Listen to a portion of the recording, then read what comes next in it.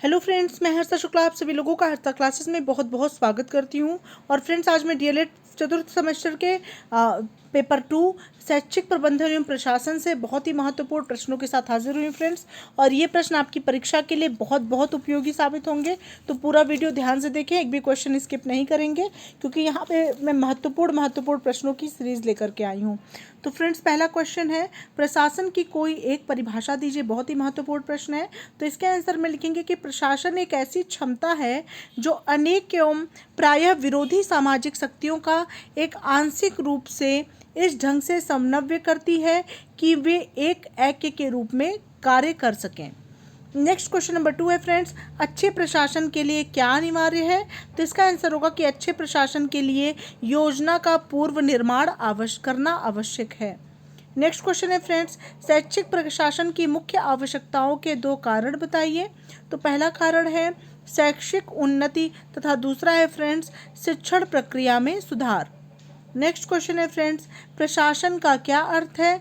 तो इसका आंसर होगा कि प्रशासन का अर्थ है कार्यों का प्रबंध करना।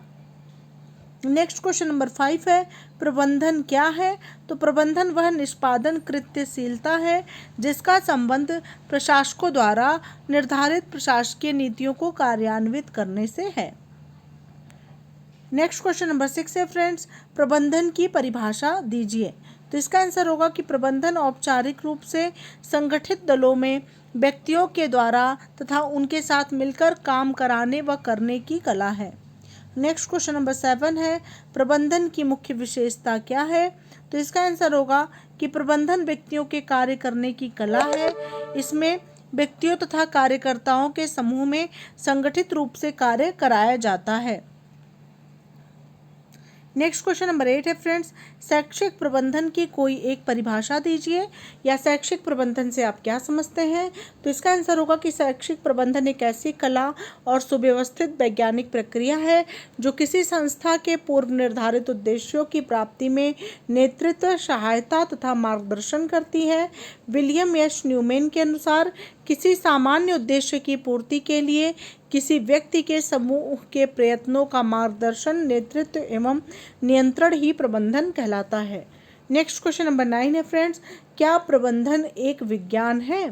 तो इसके आंसर में होगा कि प्रबंधन में मानवीय तत्वों का अध्ययन किया जाता है, इसलिए यह विज्ञान नहीं है, परंतु प्रबंधन के क्षेत्रों में वैज्ञानिक विधियों का प्रयोग समस्या समाधान हेतु विस्तृत रूप में किया जाता है, इसलिए विज्ञान है।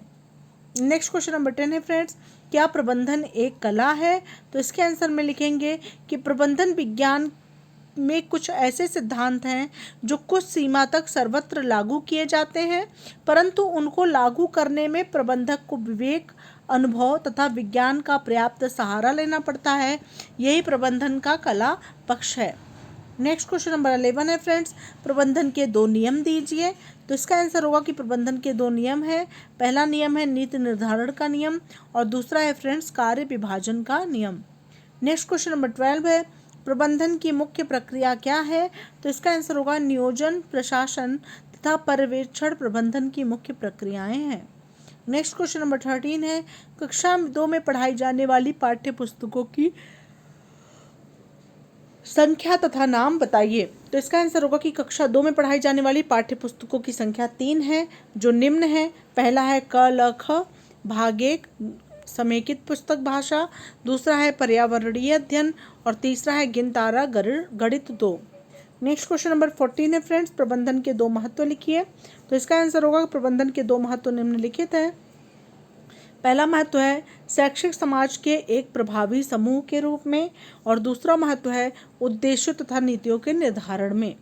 नेक्स्ट क्वेश्चन नंबर 15 है फ्रेंड्स, शैक्षिक प्रशासन के 2 मूल कार्य लिखिए। तो पहला कार्य है नियोजन करना तथा दूसरा कार्य है नियंत्रण करना। नेक्स्ट क्वेश्चन है फ्रेंड्स, प्रबंधन तथा व प्रशासकीय प्रक्रिया का पिता किसे कहा जाता है।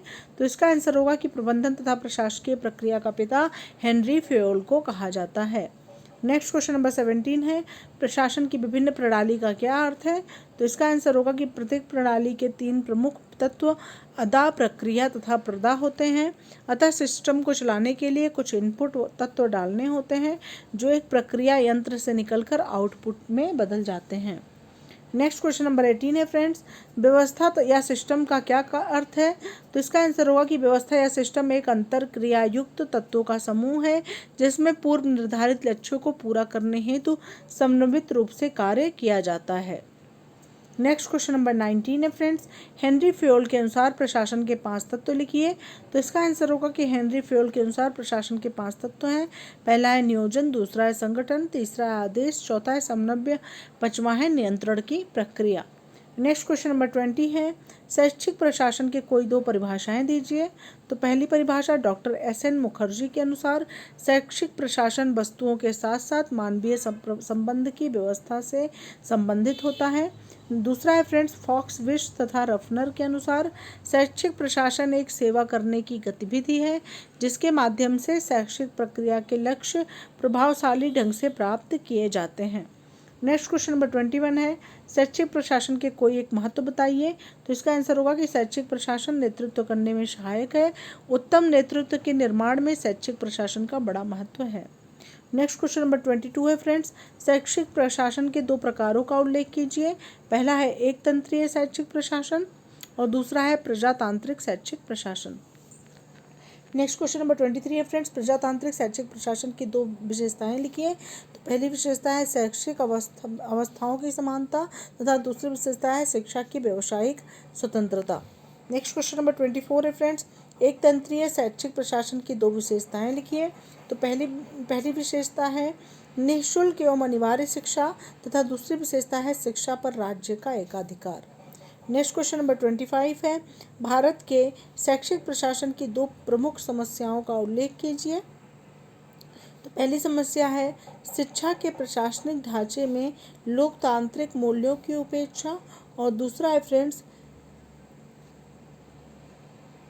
शैक्षिक प्रशासन में अपव्यय की समस्या। नेक्स्ट क्वेश्चन नंबर 26 है, शैक्षिक प्रबंधन के कार्य बताइए या प्रबंधन प्रक्रिया के अंग कौन कौन से हैं।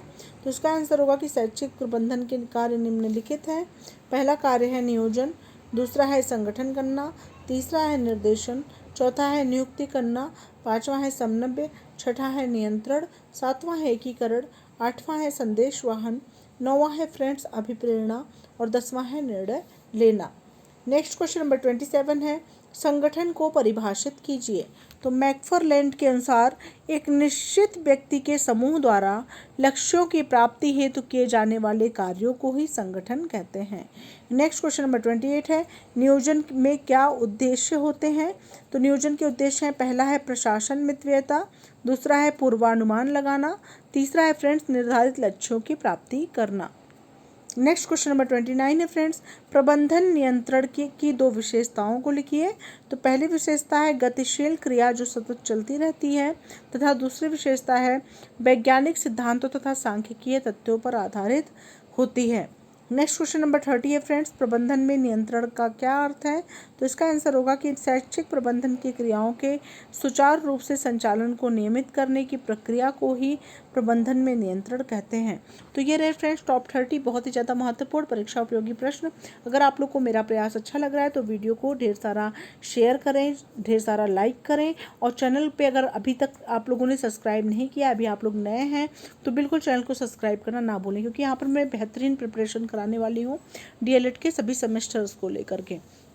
मिलते हैं नेक्स्ट वीडियो के साथ, तब तक के लिए thank you so much friends, thanks for watching my video.